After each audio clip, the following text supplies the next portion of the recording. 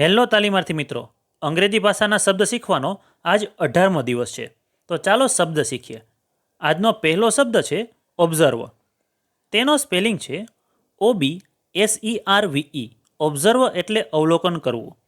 ઉદાહરણ તરીકે, teachers observe the student during exam.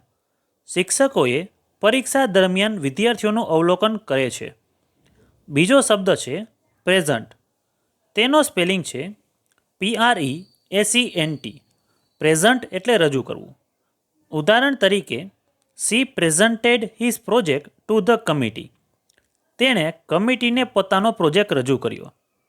ત્રીજો શબ્દ છે પ્રાયોરિટીઝ.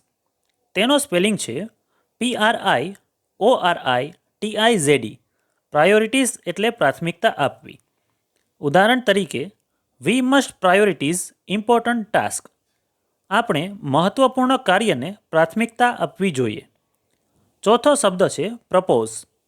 તેનો સ્પેલિંગ છે PROPOSE. પ્રપોઝ એટલે પ્રસ્તાવ મૂકવો. ઉદાહરણ તરીકે, C proposed a new idea. તેણીએ એક નવો વિચાર પ્રસ્તાવિત કર્યો. પાંચમો શબ્દ છે રેકોર્ડ. તેનો સ્પેલિંગ છે RECORD.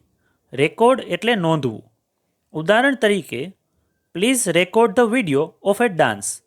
કૃપા કરીને નૃત્યનો વિડીયો રેકોર્ડ કરો. તો મિત્રો, આજે શીખેલા 5 શબ્દો આ રીતે હતા. ઓબ્ઝર્વ એટલે અવલોકન કરવું, પ્રેઝન્ટ એટલે રજૂ કરવું, પ્રાયોરિટીઝ એટલે પ્રાથમિકતા આપવી, પ્રપોઝ એટલે પ્રસ્તાવ મૂકવો અને રેકોર્ડ એટલે નોંધવું. આવી જ રીતે ITIને લગતી બધી અપડેટ તથા નોકરીની ભરતીને લગતી માહિતી માટે ચેનલને સબસ્ક્રાઇબ જરૂર કરજો.